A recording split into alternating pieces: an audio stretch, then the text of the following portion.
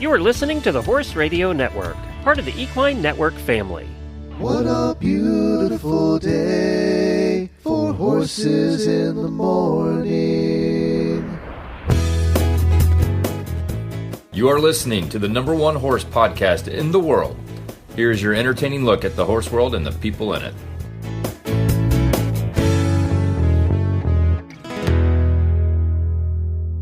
Well, good morning, everybody. I am Glenn the Geek in Ocala, Florida. And I am Allison Rehnborg in Murfreesboro, Tennessee, and you are listening to the monthly Equine Affaire episode of Horses in the Morning on the Horse Radio Network for June 19th. This episode is brought to you by Equine Affaire. Good morning, Horse World. It's the third Thursday of the month. That means it's time for the Equine Affaire episode, North America's premier equine expo and equestrian gathering. Hey, Allison. So good to talk to you again on our monthly visit here. Yes, it's always my favorite time of the month. Well, I heard you have some fantastic news for everybody in Massachusetts coming up here in November. I do. So this is a time of year where we're rapidly getting everything together and putting bows on things and confirming things and pulling clinicians out of the air. But I can say this will make a lot of people very happy. The Donkey Extravaganza is officially coming to Massachusetts. Yay! Confetti! Donkeys Drum roll! in New England. New England donkeys. Christmas donkeys. Christmas donkeys. Get your to Massachusetts. That's is right. My slogan for it. You know, it is appropriate that you have donkeys there at Christmas time. That's appropriate. It's biblical. It's perfect. I was about to be like, why is it appropriate? Because it's biblical. Donkeys, Christmas, all of that. Yes. You know? Perfect. Yes. Good job. Hey, Mary rode a donkey. You That's can right. too. You can too. I don't think you'll ride him in Massachusetts necessarily, but you can probably adopt one. They'll probably have some there for adoption.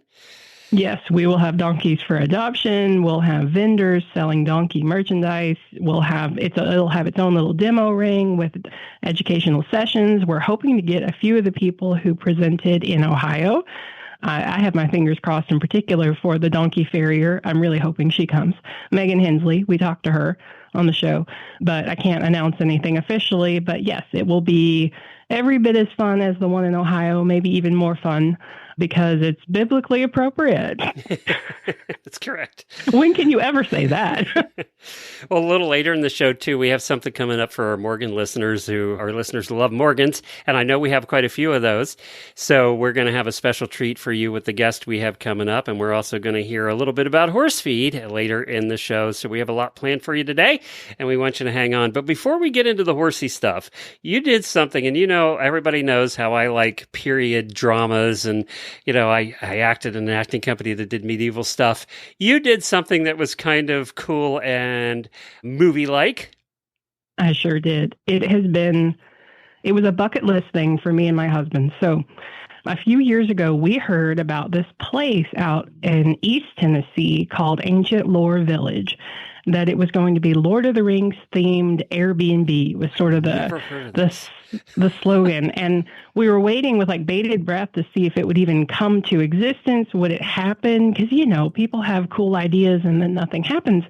And then they started accepting guests for stays, I want to say a year or two ago.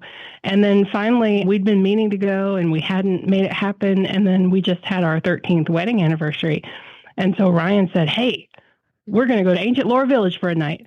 So we got to literally run away to Middle Earth for a night. It's in Knoxville, Tennessee, and it is literally some guy's brainchild. He just decided, I want to build the Shire pretty much in East Tennessee in the Smokies, and that's what he did.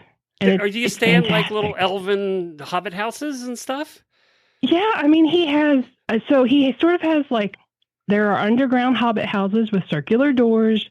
They have plants growing on the roof. So they have a bunch of those. And then they have elven tree houses. We stayed in one of the elven tree houses. Was that cool? It was so cool because it was actually circular. And we had a kind of a mountain view. So we got to see the mountains and we had round windows that we could look out. It was fantastic. Cool. And everybody who worked there was dressed up. I would call it in like Ren Fair light. you know? Yeah. And there were no accents, unfortunately, but it was really cool. And we got to shoot bows and arrows and throw axes. And it was gorgeous scenery and gardening and just cool. absolutely transportive. I'd never heard of this place before, but I'm looking at the pictures right now. The website is ancientlorevillage.com. And Knoxville, Tennessee, kind of got the mountains there too, so that helps. It helps so much. You guys definitely should go if you can. People get married there. Like when we were there, I was like, oh man, this would be a fabulous place to get married, to do a vow renewal, to shoot a movie. And then I was like, why don't they have horses yet? So somebody out there who wants to run like a period trail riding thing needs to go pitch it to Ancient Lore Village and run it so that I can come ride a pony. So did they have food? Is like food included, or do they have food? Yes, they have a restaurant there, and our package, we actually got to have dinner, and then they brought breakfast to our room, and it was really good. So is this elven food? What did they eat? I forget what they ate. No, it wasn't elven food. It was good. Like, it was more like Shire food, so like the good stuff. It was like pasta and chicken and salad and some really delicious cheesecake. And then the breakfast, you definitely feel like you ate like a hobbit. It was a very substantial breakfast. So good. Wow, this is fantastic. Yeah, and a lot of the guests dressed up. We didn't, although Ryan did wear his kilt the second day, naturally. Did he? You got to. But they have hiking trails too, and they had like a fun little contest with a golf. It was like a golfing thing. So the whole thing's on the side of a big ridge. And we had noticed like a pond kind of across a little hollow with a hole-in-one thing, and we didn't really think much of it because I don't care about golf.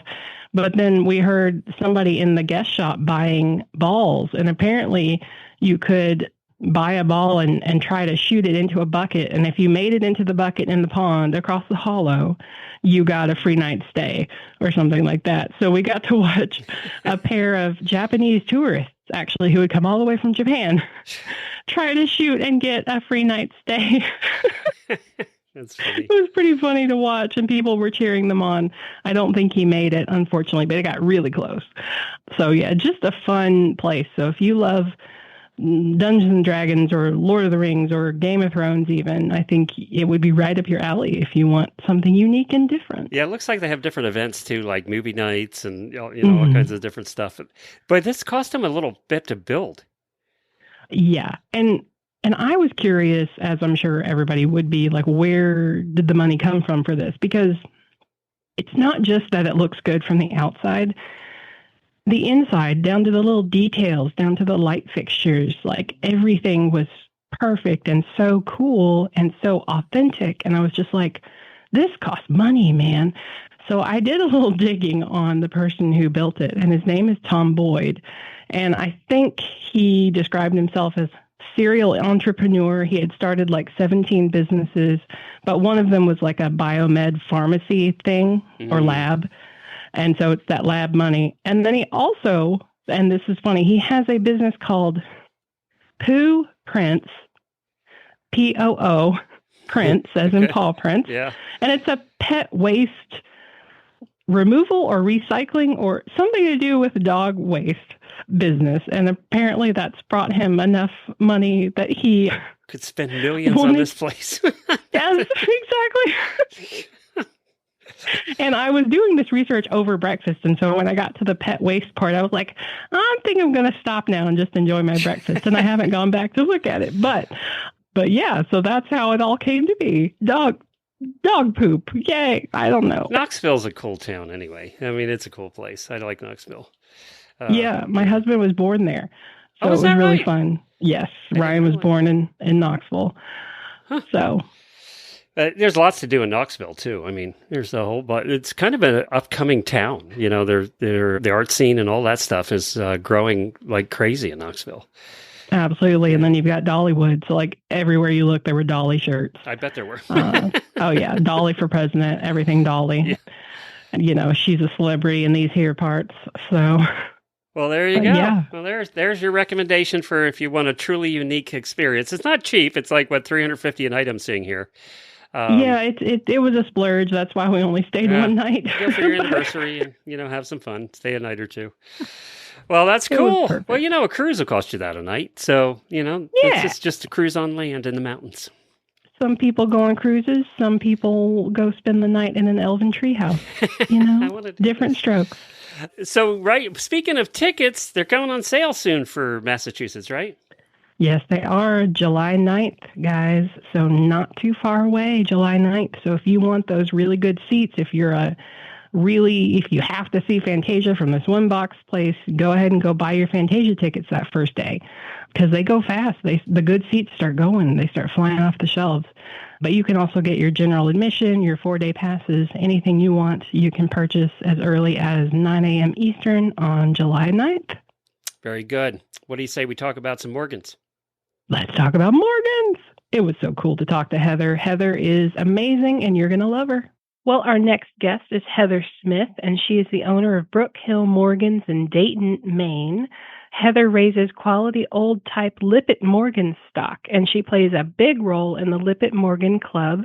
She's also a big part of why they come to Equine Affaire every year. She's doing some really cool stuff with genetics and registry database and all of that stuff. So we're going to welcome Heather to the show and learn more about the Lippitt Morgan.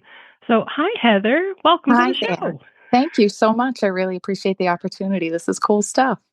Yeah, well, you're awesome. You do all kinds of cool stuff, and I can't wait to dive into the Morgan. But first, tell us a little bit about you. Why Morgans? How did you come to own, I think, 19 Morgans? How did you come to do this? Oh, my husband's going to kill me for having said that publicly. It's been in my blood all of my life. I grew up as a pony clubber. A neighbor moved in next door with a beautiful Morgan mare. They saw an advertisement for a Lippitt Morgan stallion in one of the magazines. And as part of that transaction to have her bred to the stallion, they ended up coming home with a yearling Lippitt Morgan colt. And that was, 40 years ago. And it's just been in my blood ever since. I love all horses, all Morgans, but this particular bloodline really stole my heart, and I'm no regrets. It's been incredible. And you dragged your husband into it, or was I did. The poor guy. Yes, I did. Was he a horse guy before he met you? Or? Oh goodness, no. Okay. Well, darn it, Glenn's going to be so mad that he's not here to tease you about that because he's America's horse husband, so he always wants to hear about the horse husbands. So. All right, 40 years of being with you and horses. What does he think about it now? He loves it, actually. I think he really fell in love with the senior stallion that we unfortunately lost last summer. He was incredibly versatile, so much fun. And the enthusiasm that, I could hear my husband talking to people about him and everything that he was able to accomplish. And it was just immense pride, both very lucky to have that horse in our lives, and his bloodlines carry on now. So yeah, good stuff. And that's part of the magic of it, right? You lose them, but then if you're lucky enough, yes. You have the genetics to pass on. Absolutely. Yes, yeah. Very fortunate. So let's kind of talk about what is the difference between a Morgan and a Lippitt Morgan for our audience. What does that mean? So the Lippitt Morgan is a family within the Morgan breed. They all are registered Morgan horses with AMHA or the Canadian registry.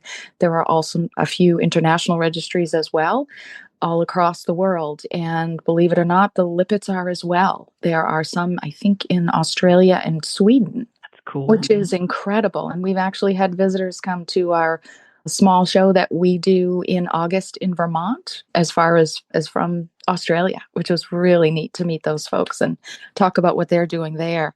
But the Lippitt itself is said to be the most original pure bloodlines going back to the Justin Morgan, the horse, the founding. So with the fewest outcrosses, if you will, there were times where the AMHA was, I think, struggling a little bit with their numbers and were allowing outcrosses to other breeds.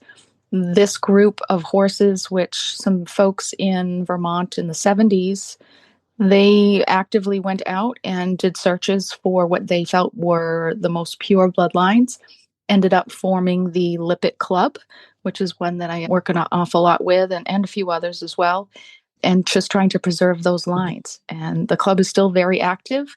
The enthusiasm is incredible. It's really great. It's really great. Well, and the Morgan, I think I could probably speak for almost everyone. Every horse-loving kid probably read Marguerite Henry and probably read the Justin Morgan Had a Horse. Exactly. And the old Disney movie. Yes, absolutely. Yes. So the Morgan is sort of, just like you think about American horses, you think about the Morgan and this hardy little horse. And so it's cool to hear that there are horses around that trace directly back to that horse. And that's what the Lippitt's all about. Yeah.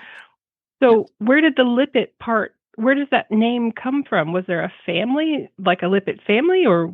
There was a gentleman named Robert Lippitt Knight who grew up I should say he's from Rhode Island. He had a farm in Randolph, Vermont.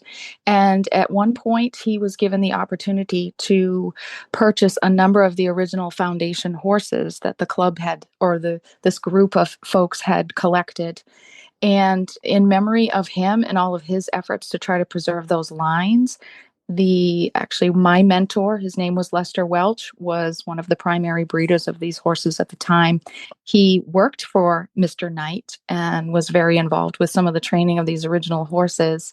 He asked Mr. Knight if we could borrow the name, and it stuck. So it's been the tagline ever since.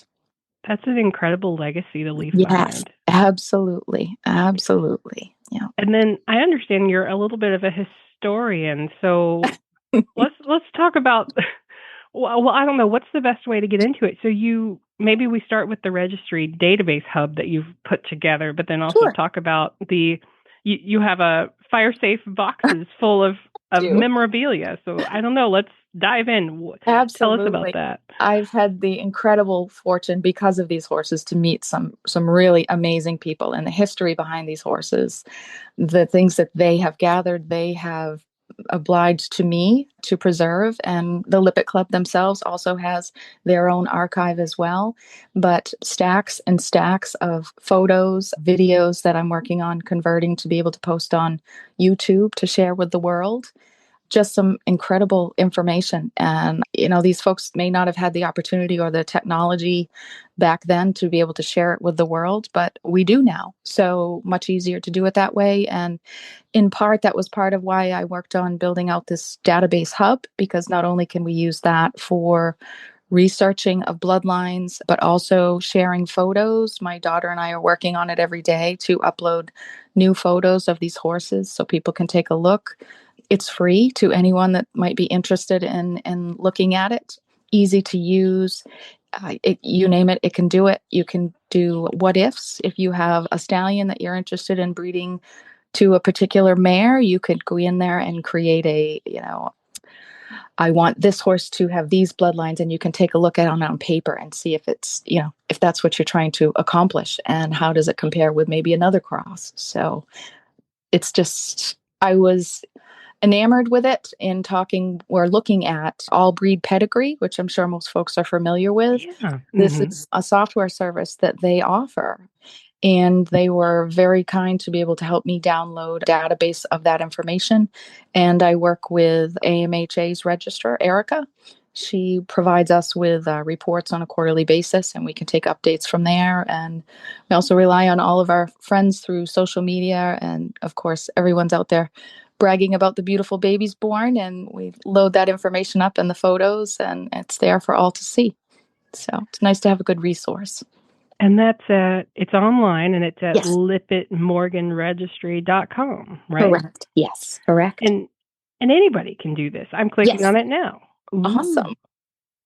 That's very cool. So I see. So you can upload photos, you can do videos, you can do stories. So it's almost like a communal historic That's hub. The hope. That's the hope. Yes, absolutely. And try to share some of this information that folks have been kind enough to share with me. It's not doing any good in my cellar. So, well, and speaking as I'm kind of a journalist at heart. I wrote full time for years for horse magazines, but this is sort of like a horse journalist's dream right here, what you're doing, putting all this information out there so that someone can dig deeper and learn more about not just the breed, but also the people and the horses that have helped form it.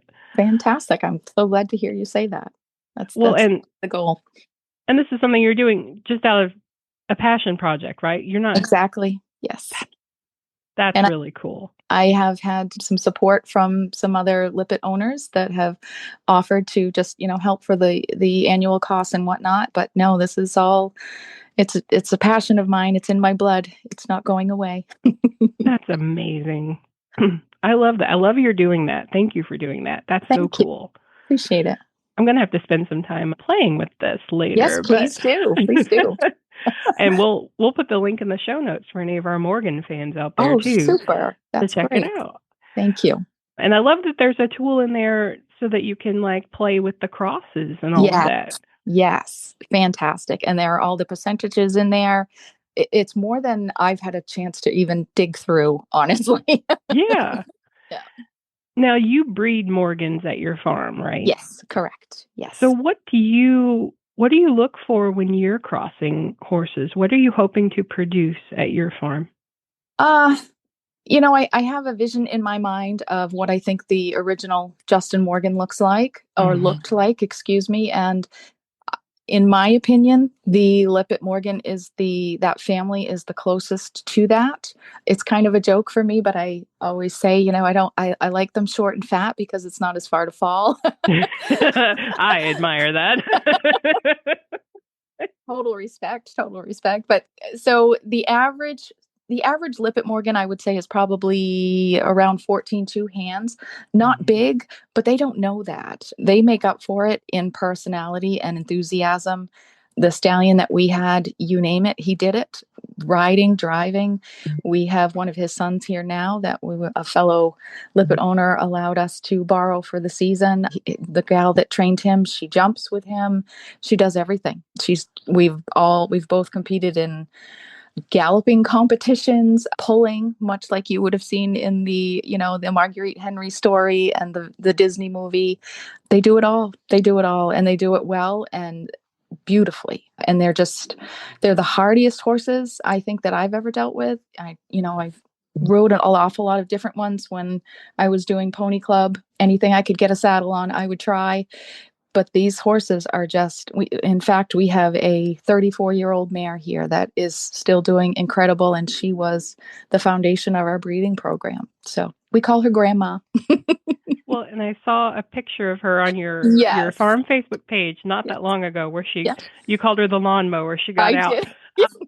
And I had to go back and double check the caption because you said she was 34 there too. And I was stunned because aside from a little gray on her face, she looks incredible. She does. I'm very fortunate. She's a great gal. And she, even to this day, she's a great weanling babysitter for us. Oh. It works well. The babies keep her going. They keep her moving. And she teaches them some things along the way, which is very important. So Yes. So they're absolutely stunning horses. And I see a picture of your stallion that you lost. And he kind of looks like what I would picture as Justin Morgan, with that big expressive eye and that gorgeous face and just stunning little horses. So Morgans are special. And I always love to see the Lippitt Club at Equine Affaire. And you, I understand, are a part of why we get to see them there. So can you tell us a little bit about why do you guys choose to come and participate in the Breed Pavilion and the horse and farm exhibits? Well, honestly, that's a really easy answer to give. Justin Morgan, the horse, was said to be born in Springfield, Massachusetts in 1700. So how perfect is it for us to be there? And the exposure is it's phenomenal. I've seen the benefits both personally with folks that have come to the farm afterwards to visit after seeing the horses there or talking to one of our volunteers at the booth. And you never know. The Lippitts are, obviously we're in the minor. We had, I think, a total of 30 foals born last year. So our numbers are small, but all the more reason for the importance to get out there and talk about them with people.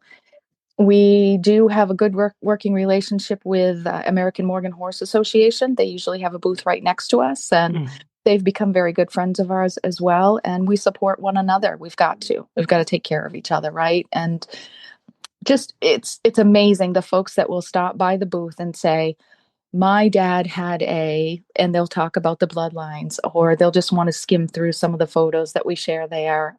And we've had a lot of folks that have come to our show in Vermont as a result of visiting us there, or they've reached out to folks in their area looking for their very own Lippitt. We actually had a gal here, as a matter of fact, yesterday from New York that was in the area visiting and had met someone through the booth at Equine Affaire. So not to buy a horse, but just to, in the future perhaps, and just, spread the good word and talk about them and see the differences, because they're definitely unique in their look and type and style.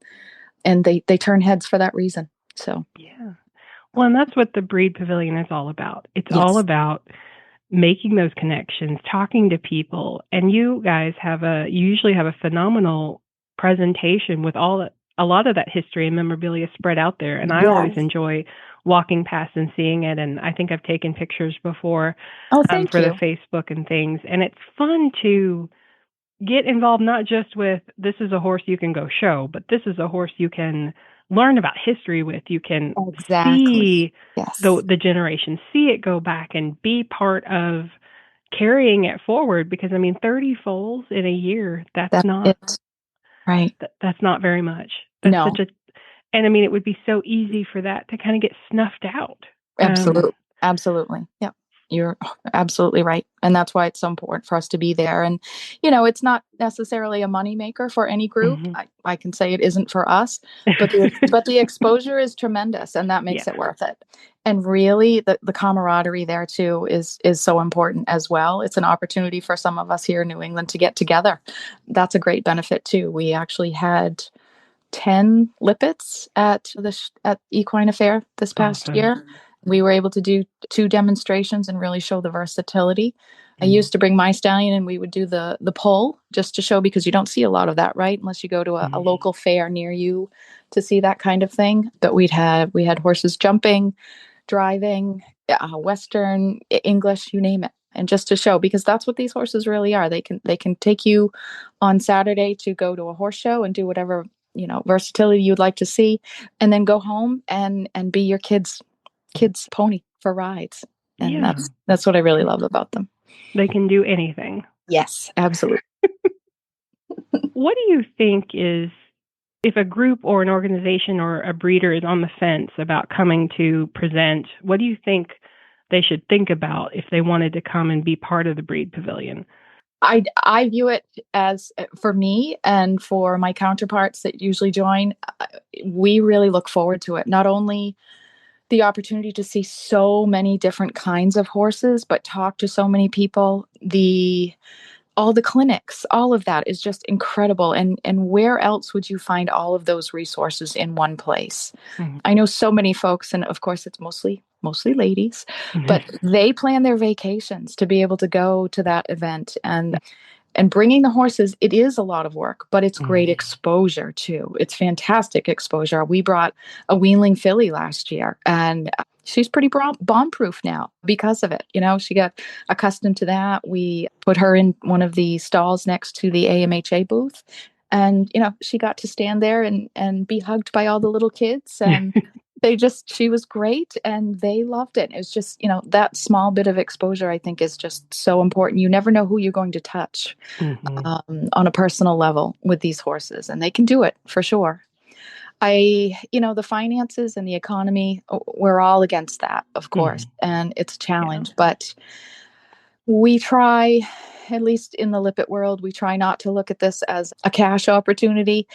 We do some sales and whatnot, but it's definitely more about looking at things long-term and the longevity of these bloodlines. And we need more people, to join us in that fight. So, and it's those little kids that grow up to be the next generation. Like that. And I was one of those, so I understand completely. Yeah, absolutely. Yeah.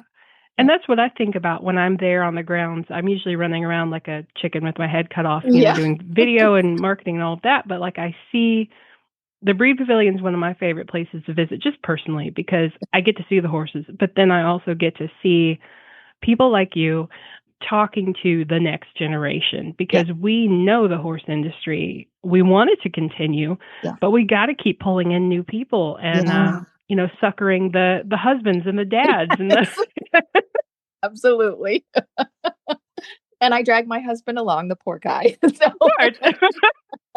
We've got, but seriously, we have to pull in that new people, new generation, because the 5-year-old that meets a Lippitt Morgan like yours, Equine Affaire today, is maybe the next person who inherits some of that memorabilia in 20 years or 30 years, and then is part of carrying on the breed, right? Yeah, that's our hope, of course. Yeah. So it is looking long term and looking into the future, and a little bit of sacrifice sometimes is what we all have to do in the horse industry, but we want to see these horses carry on and do great things. Yes, absolutely. I'm with you. And then you told me before we got started about a connection you made with Edelon Genetics that sort of helped your project. So let's talk a little bit about that real quick. Absolutely. And that was totally happenstance, like you running around like crazy at the event. I didn't get to see an awful lot of things because I also run the demonstrations. But while we were setting up our booth, one of the gals from Edelon walked by and she stopped. And this is probably a good thing to have such a unique name as Lippitt. She stopped and said, "What is a Lippitt Morgan?" And that usually starts a conversation because people are like, "Is it a Lipizzan? What is it?" And so it was a great conversation. And she said, she was very curious to hear more. Ended up talking with her more throughout the week there. And she offered to do testing on one of the horses that we had brought. She did the testing, which is just really cool stuff. And especially for, those of us that are trying to preserve some of these bloodlines before they disappear, to have that data, to have that information on hand is just so important. So I was able to connect with them. I believe they're out in California. And so we ended up doing a webinar, which we were able to offer for free to any Lippitt folks that were interested and be able to give them discounts on testing for their horses, which I believe several folks have taken advantage of. And we'll be able to save some of that information as part of the registry hub as well. So, and capsule all of that if we can. So, that's awesome. Yeah, created a really cool partnership. Nice folks. Well, and that's exciting too, that genetics, everything that they're doing with genetics, is just crazy, and the testing and all of that. And so what a nice way to put yet another layer into the history books, right? Another, like going deeper, going molecular, as they say, molecular into the Morgan breed. That's cool. Yeah. So how can people learn more about your farm and then also learn more about the Lippitt Club? Oh my goodness. I would say right now, social media is where it's at, I think, isn't it? And that's where we see the most traffic. I have a Facebook page for Brook Hill Morgans, and folks are welcome to visit there anytime. But there's also all kinds of other pages. There is the Lippitt Club itself has a page, and the Lippitt Morgan Breeders Association. Their focus is primarily on the breeders, which obviously we are in desperate need of any and all. The Lippitt Club is more generic, anyone that's, just interested in learning more. And there's also another registry group out there that where the enthusiasm for these horses is huge. So, but Facebook is definitely the place to start. There is another page called We Love Lippitt, which has turned into an amazing resource for some of the historical information. And I've actually teamed up with one of the gals there that writes a lot of the articles, and she's given us permission to save those into the registry database as well. So that's where you see some of the stories that are stored there too. So they'll be preserved there as well as on the Facebook page. Yeah. Good stuff. We'll put all those links in the show notes too, so people can find those. And when we post about the show, we'll tag all those pages. So if you guys want to learn more about Lippitt's, Heather Smith is the girl to know. And we hope to see you guys at Equine Affaire this fall too. Fantastic. Looking forward to it.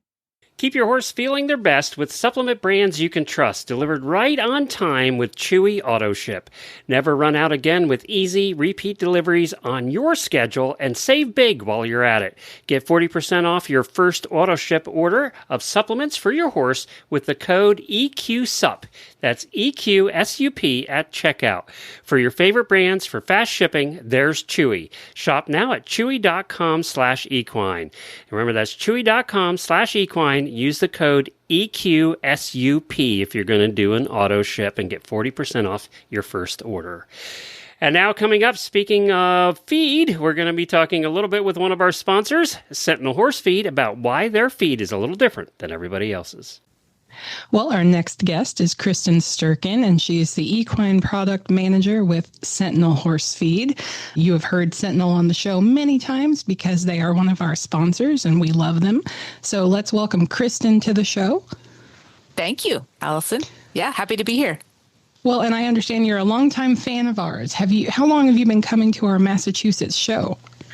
Since day one, the first Equine Affaire in Massachusetts, I worked it with one other coworker, and now we have progressed to quite a few of our team members there. So I forget if it's 25 or 26 or more years. So. She should get a pin or something, a watch or something. You need a pin. Yeah. I need a pin. Yes, I'll wear it gladly. Yes. I think we celebrated our 25th anniversary last fall, so this will be our 26th. So awesome. Yeah, you get a silver shiny pin.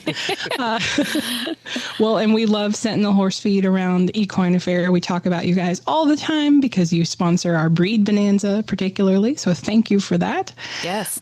But you're here today to tell us all about how Sentinel Horse Feed is so wonderful. So let's kind of dive in. Let's do a deep dive on horse feed. That sound good to you? Yeah, sounds great. All right. So for someone looking to start their horse on Sentinel Extruded feed, and extruded is one of those, buzzwords, we hear it a lot, but maybe we don't know what it means. But can you explain how that's different from pellets and other forms of feed that we might see? Yes, sure. So for different forms, and extruded, especially compared to pelleted, I guess I'll focus on. Some things are similar and some things are different. For both an extruded and a pelleted feed, we take the same ingredients and they're ground and mixed together. But for an extruded feed, those ingredients are ground a little bit finer, and this helps with better digestibility. For both forms, say a extruded and a pellet, we then use moisture, heat, and some steam are used. But the added component for extruded feed is pressure. So think of extruding or an extruded feed as being like something you would pressure cook. That seems to be relatable, I think, to most horse owners. So as the formula of ingredients goes through what we call an extruder, that's how it got its name, they're forced through a die to determine the size and the shape. So the extruded nuggets are a little bit larger than a typical pellet, but they go through that extruder and through the die, and then the pressure is released once it comes out the other end and kind of hits the air, and they're rapidly cooled and they expand into a lower density nugget. So if you broke apart an extruded nugget, it would be very porous and light and airy compared to if you broke apart a pellet, it would be much more dense and you wouldn't see, any like porous look to it. So the advanced cooking and cooling results in a very highly digestible nugget, and that brings a lot of, nutritional and digestive benefits to the horse. It's kind of like Rice Krispies. That's what I think of when I hold a handful of extruded pellets rather than pellets. It feels like Rice Krispie treats. It's very, if you, and we'll talk in a little bit about, the weight difference, but definitely light and airy compared to, a pellet or, some other forms of feed. Yeah, they're fun to play with, the whole, like if you're a nerd and you're looking at feed samples like I sometimes do. So does it make it easier to digest? Can we talk about why extruded? Does that help benefit the horse's digestive system in some way? Absolutely. So there's a few things we would talk about. The pressure cooking or the extrusion, that heating and cooking increases the digestibility of especially the protein in that feed as well as the starch. And I don't want people to think, oh, there's a lot of starch in the feed. Every feed's going to have a little bit of starch in it. But with that cooking, we get that starch digested where we want it to be digested in the horse's system. We want that starch digested in the stomach and the small intestine. We don't want that passed along to the hindgut to potentially cause or be a reason for gas colic. So the cooking helps with that because it breaks down the bonds sooner for starch as well as protein. And that overall increases the digestibility of those nutrients and the availability to the horse. They just get more out of an extruded feed than they would a typical pellet or textured feed. Research, has been done on the starch digestibility, and we know that they're getting, a lot more out of this form of feed. It's almost like a little bit of a pre-digestion. Oh, exactly. Checkpoint. Exactly. The other, and we've talked about that. That's the way we talk about it with, some horse owners. Think of it as it's pre-digested, and then as soon as they take a bite of feed, the feed immediately starts to break down. And that was another key point with their system is it really decreases the risk of feed related choke as well, because that nugget is very porous and light and airy in the form. It starts to break down as soon as it hits the horse's saliva. And we have a pressure test that we do when we're like in person with horse owners, and a soaking test to show that how easily it breaks down. It doesn't clump together like maybe a pile of pellets would do when they get soaked or get wet. So this is what helps to prevent feed related chokes. We just don't really see it with an extruded feed because it breaks down so easily. Well, and that's so important when you have an elderly horse or a horse with teeth issues. Like I have experienced choke. It is not fun. So that's a really good thing to think about. Yep. From a practical standpoint, what are the factors that owners should think about if they want to transition from like a regular pellet to an extruded feed program like what Sentinel has?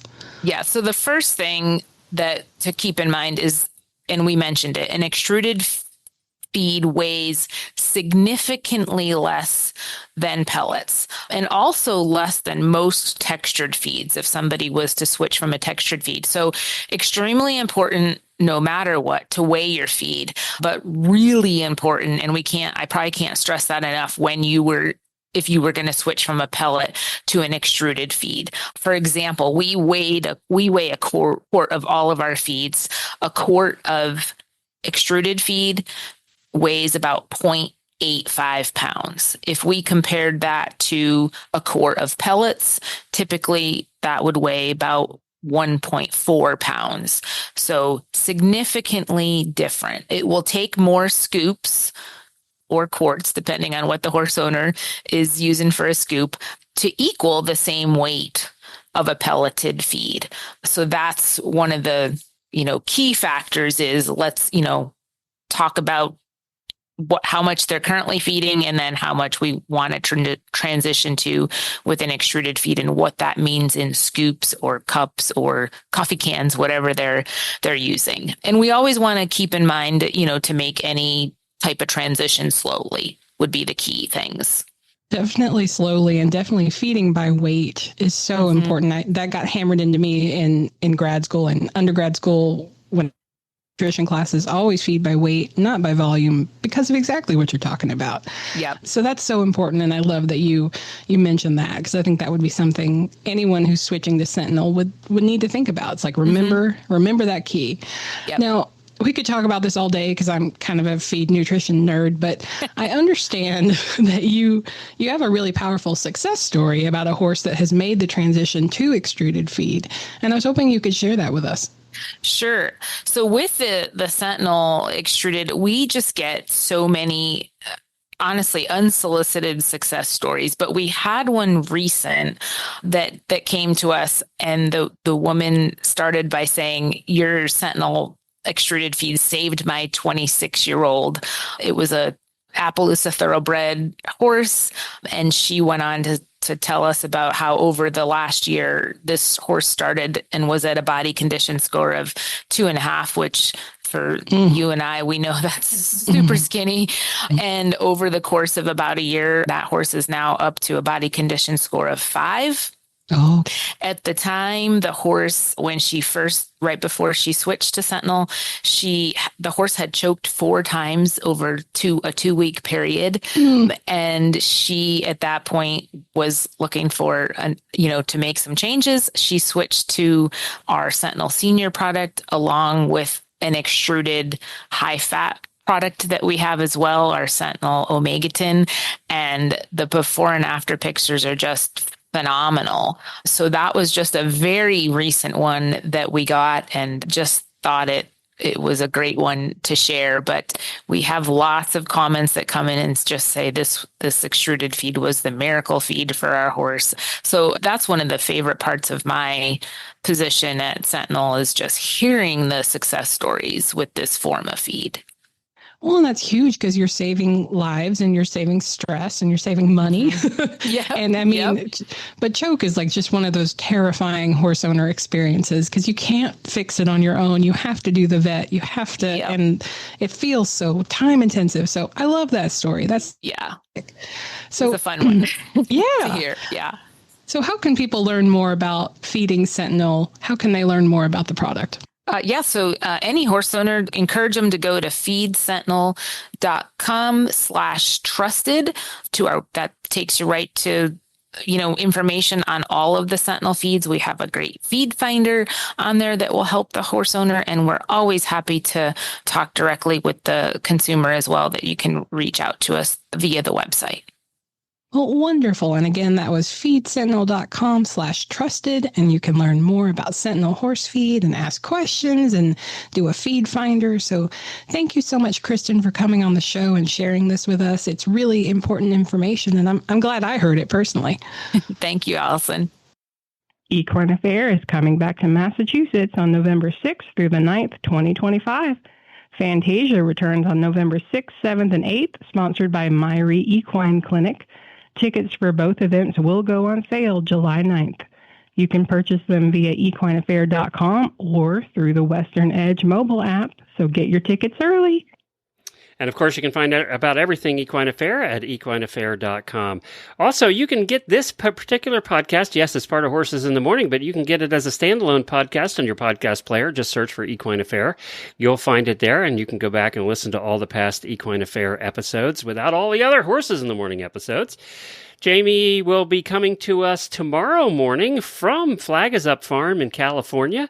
So she'll be recording from there tomorrow morning over at Monty Roberts' place. And, of course, we'll be doing some bad ads and all of that stuff.